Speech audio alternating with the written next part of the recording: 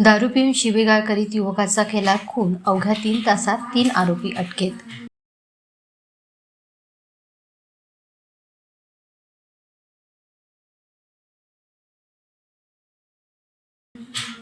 चिमूर शहरातील नेताजी वाड येथील मिसाळ लेआउटमधील हनुमान मंदिराजवळ नेहरू विद्यालयाच्या संरक्षण भिंतीलगत आज 4 जानेवारी रोजी पहाटे 7:30 वाजताच्या दरम्यान मृतदेह आढळून आल्याने खळबळ उडाली. मृतकाचे नाव आकाश उताणे असे आहे.